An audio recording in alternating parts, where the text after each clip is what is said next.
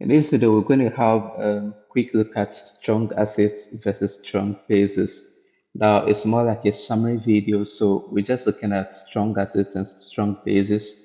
We're also looking at how to calculate pH from when we are given the concentrations. So let's put here strong acids,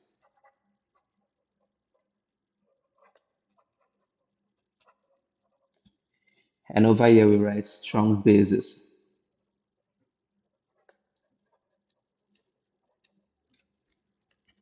Now, strong acids, there are some few things we have to know. In our previous video, we did mention that we have about 7 strong acids, which include HCl. So when we take some examples, we have HCl, we have HBr, HI, we have HNO3, we also have H2SO4, we have HClO3, and we have HClO4. So these are basically the 7 strong acids.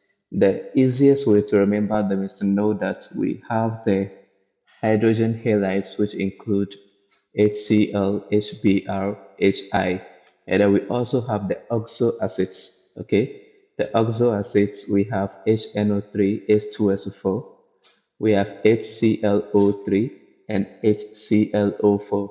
So these are the main examples of strong acids. Strong acids. Now, what else do we have to know about strong acids? They are strong electrolytes. We said they are strong electrolytes. What does it mean? If we say something is a strong electrolyte, that means it exists totally as ions in aqueous solution. So when we put an acid in aqueous solution, say HCl, HCl in its aqueous solution is not going to exist as HCl, but we are going to have it as, if this is in water, we are going to have it as H plus aqueous and a Cl minus aqueous.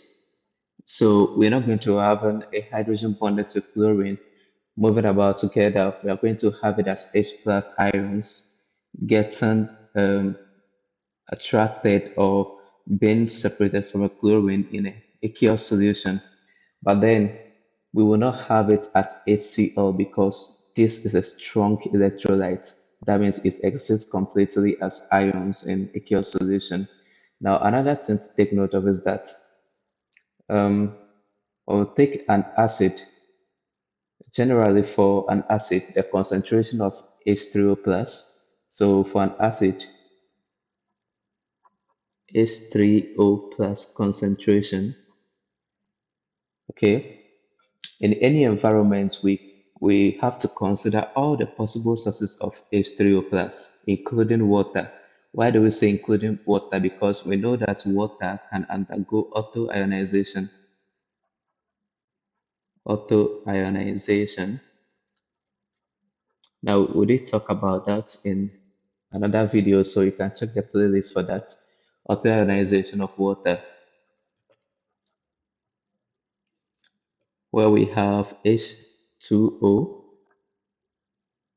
dissociating to give us H plus and OH minus by itself. So when we are considering the concentration of an acid, we also have to include what is being generated by water itself. Okay, so as a result of that, we can never have a strong acid to have a pH above 7.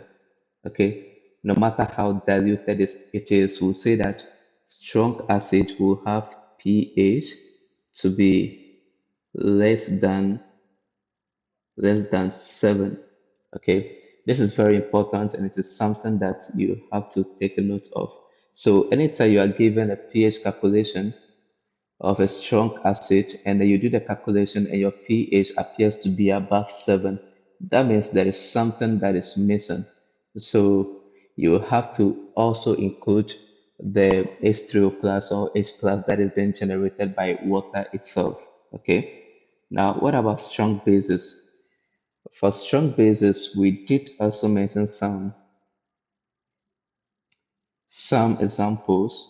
Let's look at some examples.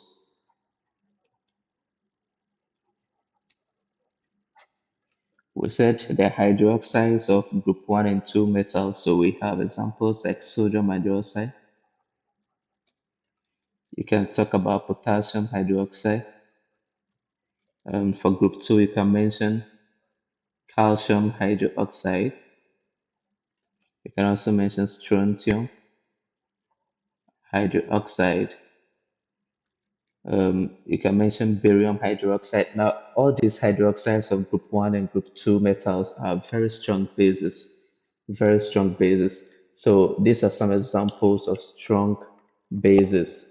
All right, examples of strong bases. Okay, now, what do you have to take note of when it comes to strong bases? They also dissociate completely in aqueous solution to produce their ions, that is the metal cation and the hydroxide in solution. So we also say that they are also strong electrolytes. So when you take something like sodium hydroxide in aqueous solution, you're going to have sodium plus aqueous and OH minus aqueous. So the fact that we're not having any of sodium hydroxide being bonded together in an aqueous solution makes it a strong electrolyte because it dissociates completely. So you're only going to have ions in that solution when you take a strong base dissolving in water.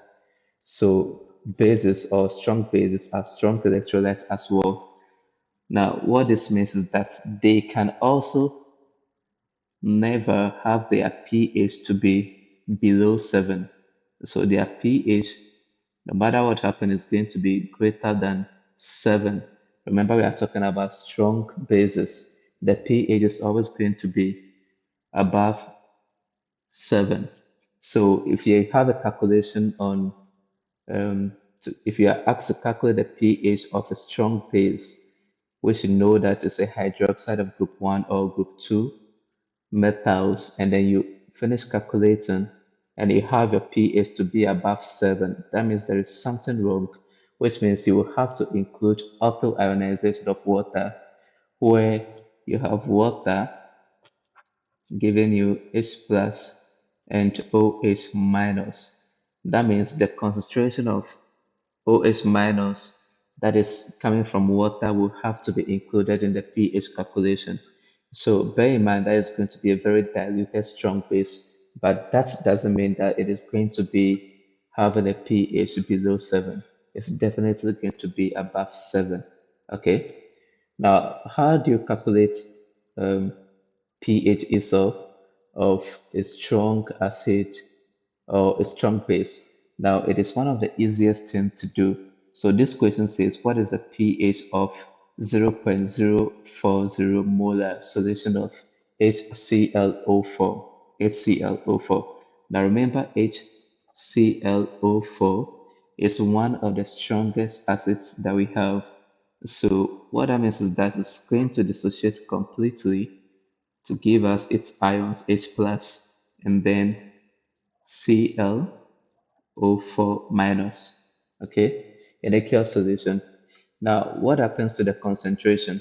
Because it's a strong basis, it's a strong acid, it is going to dissociate completely, and we are not going to have any of these species in the solution. However, we'll have only the ions in the solution, or we'll say that the concentration of HClO4 itself is going to be negligible compared to the concentration of HCl and ClO4 minus.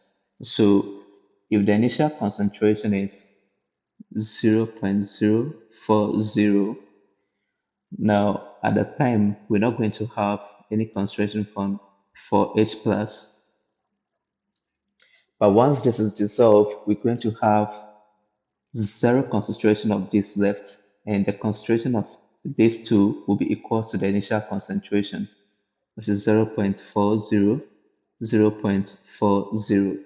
Okay, so now from this equation, we know that the concentration of H plus is equal to 0.040. But then what is pH? We said pH is equal to the negative log of H plus concentration. So quickly, we put that value in there, which is 0.04, and then we find the pH, which in this case is going to be 1.40, 1.40. That means it's a very strong acid. Okay, so that is how you calculate for the pH of a strong acid. It is very simple because you know that it's going to dissociate completely, and the concentration that you are giving for the strong acid will be the concentration of H plus ions in that solution. All right. Now, what if it's a strong base? If it is a strong base, the same thing applies. The same thing applies. Over here, we have 0.028 molar solution of sodium hydroxide. Sodium hydroxide is a strong base, and so it's going to dissociate in aqueous solution to give us Na plus OH minus. Now, initial concentration is 0.28. Over here, we have 0.00. But then, because this is going to be an aqueous solution and it's a strong base, nothing will be left here at the equilibrium. And so, Na plus concentration will be equivalent to 0.028. That of OH minus will be 0.028. And then this becomes the concentration of OH minus 0.028 molar. Now, what is POH? POH is simply P POH is equal to the negative logarithm of OH minus concentration. Okay. Now, when we find POH, that is going to be negative log of 0.028. In this case, we are going to have it to be 1.55, right? But then don't be confused. This is not pH. We are trying to find pH. But then what is the relationship between POH and pH? pH plus POH is equal to 14. pH plus POH is equal to 14. So pH, which we are interested in, is going to be 14 minus POH, right? So our pH is going to be 14 minus 1.55. So pH is equal to 12.45. That tells us that it's a very strong base, okay? The higher the pH, that means the higher it is above 7, then we say that the stronger the base, okay? The stronger the base. But then there is another way by which we can solve this equation. Now, we know that Kw is equal to the concentration of H plus and the concentration of OH minus multiplied. All right. Now, if we know the concentration of OH minus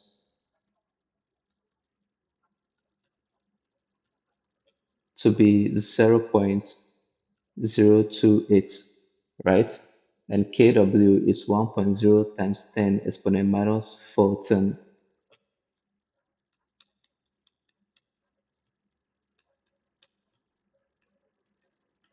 So what we have to do in this case is to make H plus the subject. So when we make H plus concentration the subject, then we'll have 1.0 times 10 exponent minus 14 divided by 0.028, which means we are going to have H plus concentration to be equal to 3.57 times 10 exponent minus 13 molar. Then from there, we can go ahead and find the pH. pH we said is equal to negative log of H plus. And so we have negative log of 3.57 times 10 exponent minus 13. Okay, so this will give us 12.45. So you look at this tool, which one is easier for you? You pick the easiest one and then make sure you do the right thing and get your mark. So this is just a short video on strong acids and strong bases. Now in the next video, we're going to be looking at a more detailed way of calculating concentration and more tricky questions and how to go about them. Remember to like this video and subscribe. Thank you.